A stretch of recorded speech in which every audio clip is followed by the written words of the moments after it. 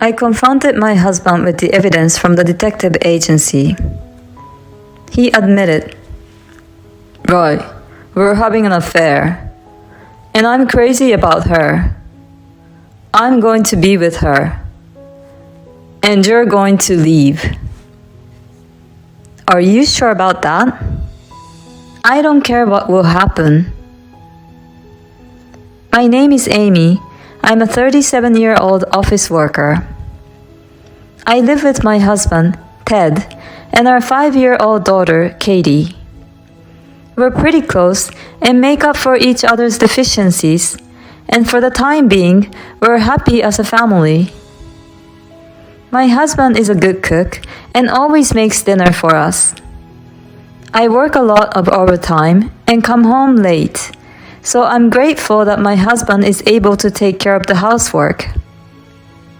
Then one day, my husband unexpectedly injured his ligament.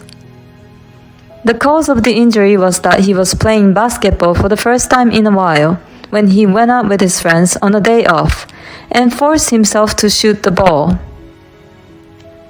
My husband is 5 years younger than me, but he's already 32 years old. No matter how much he used to be a good basketball player, he had hardly done any exercise since he started working. Why would he do something reckless like this without thinking about it? He has a job and a kid, and he's not careful at all. When we were dating, his recklessness felt new and fresh to me. But now, it just plays as a negative factor. In fact, my husband has been hospitalized as a result of this injury, which means that he has to take time off work. And I would have to take care of the housework and the child. On top of that, he got hurt playing basketball on his day off. It wasn't even in a basketball court. His injury happened at a facility for various sports and games. The company would be appalled to find out about it. They might even fire him in the worst case scenario. My husband is just too stupid and lame. This time, I was really angry with him. I was disillusioned by it. I've said it many times, but he has no responsibility as an adult. According to the doctor's diagnosis, he needs to stay in the hospital for about 2 weeks. I brought him a change of clothes, a phone charger, and the basic necessities. "Oh, thank you, Amy." I was disgusted by my husband's reaction alone. "Why are you so cheerful? Normally you would be more depressed." "Well, what can I do? I didn't mean to get hurt. Besides, I'll use my paid vacation days, so it'll be okay." "What do you mean it'll be okay?" "If it wasn't for your injury, you could have used your paid time off more effectively, like for our daughter's kindergarten event or a family trip. That's what the paid vacation days are for. Besides, since you can't come to work, your co-workers and bosses are going to have to take on more work. As for our daughter, I'm glad my mom agreed to come home and take care of her this time. But if it wasn't for her, I wouldn't have been able to work overtime at all, and I would have troubled people at my work. You should be aware of the problems you're causing to everyone." I guess I was really angry after all. These complaints came out so easily from my mouth. My husband seemed to feel bad about it and said, "I'm sorry." Well, maybe I went a little overboard myself. At any rate, get better as soon as you can. I said that and I left the hospital room. With or without my husband, my work is very busy. So I was going to ask my mother to take care of my daughter a little longer, but when my boss and co-workers found out my husband was in the hospital, they told me I didn't have to work overtime. Thanks to them, I was able to leave work on time. I could come home early, cook dinner, and have time to eat dinner with my daughter. I didn't have to rely on my mother too much either, so I really appreciate the kindness of the people at work. About a week after my husband was hospitalized, I met up with my mother and daughter after work and went to visit my husband.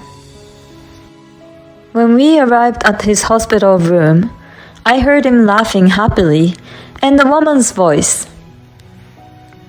"Oh my God, Ted!" Who could it be? I wonder if she was my husband's colleague or junior colleague at work. When we entered the hospital room, there was a nurse there. She looked young, maybe in her early 20s, slim and quite beautiful. "Oh, there's your wife and your lovely daughter. Well, I'll leave you all." The nurse said hello, gave us a quick bow, and left the room. While I'm busy with everything, you're chatting with a beautiful nurse so carelessly? My husband must have noticed my cold stare, because he clearly seemed nervous. "Hey, thank you all for coming." But thanks to my daughter, my husband didn't have to be scolded by me. "Hey, Dad!" My daughter was hugging him, looking very happy to see him for the first time in a week. "Katie, I missed you so much." "Is your leg okay?" "Now that you're here, Katie, it's going to be fine." "So you be home soon?" "Yes, I will." "Yay!" "Yay!" Since my daughter seemed to be happy, I decided to leave the scolding to my husband. After our visit, my mother blurted out to me, "That young nurse was calling his name in such a friendly way." That's right. Now that she reminded me, it sounded even intimate. But I could not imagine that my husband would have the nerves to do anything with a beautiful young nurse. Well, I mean, she wouldn't even care about him. But it sure wasn't completely out of the question. They say nurses don't get to meet many men. Maybe she's quite a predator. And finally, 2 weeks after my husband's injury, he was discharged from the hospital. On the day he was discharged, I went to his hospital room, and he was talking happily with that beautiful nurse again. And in the car on the way home, he looked so bored. I would think that he would be happy to get out of the hospital. I thought this was suspicious. So I decided to hire a detective agency to look into it. The evidence of the affair between my husband and the beautiful nurse came out immediately. After he was discharged from the hospital, he went to the hospital after work because he had to go to rehabilitation. But in fact, that was not the case. His leg was already healed, so he lied about the rehabilitation and went to the nurse's house. I couldn't believe it. How on the earth would my husband have an affair with that beautiful nurse? Do beautiful nurses have a weird taste? I confronted my husband with the evidence from the detective agency. And he said, "Yes, I'm having an affair. I'm crazy about her. I'm going to be with her. And you're going to leave. I really don't care what will happen." "I don't care what happens. I'm in love with her." "Okay, do what you want. This is ridiculous." I packed my bags, took my daughter, and went home to my parents. When I explained to my mother what had happened, she was furious. I knew it was suspicious. You're very sharp, mother. After that, I divorced my husband through a lawyer. I demanded alimony and my share of the property. We had a bit of dispute over the property division, but I managed to get what I wanted and received the money I deserved. With this, I thought I was completely disconnected from my husband and I could start a new life with my daughter. However, as my new life started, I received a number of calls from an unknown number. At first, I ignored the calls, but they were so persistent that I decided to answer. Hello? Finally, she picks up. Hey you, what's going on? Well, who is this? I'm Anna, Ted's new wife. Oh, the adulterous partner. Well, so I'm the wife. What the hell do you want? You demanded an unbelievable amount of alimony and property division from my husband. No, I had a lawyer come up with a fair amount. Then why does he have to sell the house to pay for it? That's because his salary is low. Huh? How can it be low if he works for a foreign invested company? Huh? What are you talking about? I'm the one working for a foreign invested company, not him. What do you mean?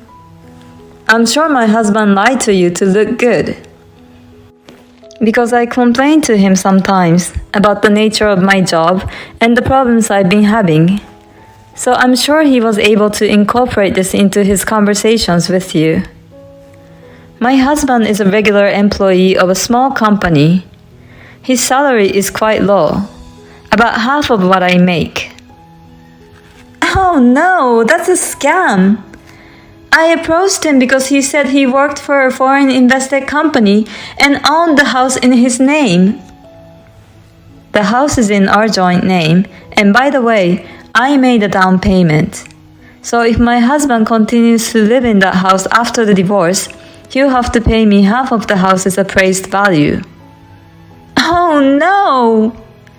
He's not handsome and doesn't even have the money. There's nothing attractive about him. Well, I guess not attractive enough to have an affair with. He was a good dad though. I don't care if he's good with kids. I got cheated on. I'm sorry to hear that. But you better pay your alimony too. Otherwise, I'll go right out. After that, I got a call from my ex-husband protesting. Apparently, he was dumped by his adulterous partner. Just before they were about to get married, she ran away. But he was the one who tried to seduce a beautiful nurse by lying to her and trying to look good to begin with, so it's his fault. I told him that if he has a problem, try to earn as much as I do first. Then I hung up the phone. Since then, I see my ex-husband only when my daughter wants to see him. He whines every time he sees me. I heard that his injury from playing caused a lot of trouble for people at his work.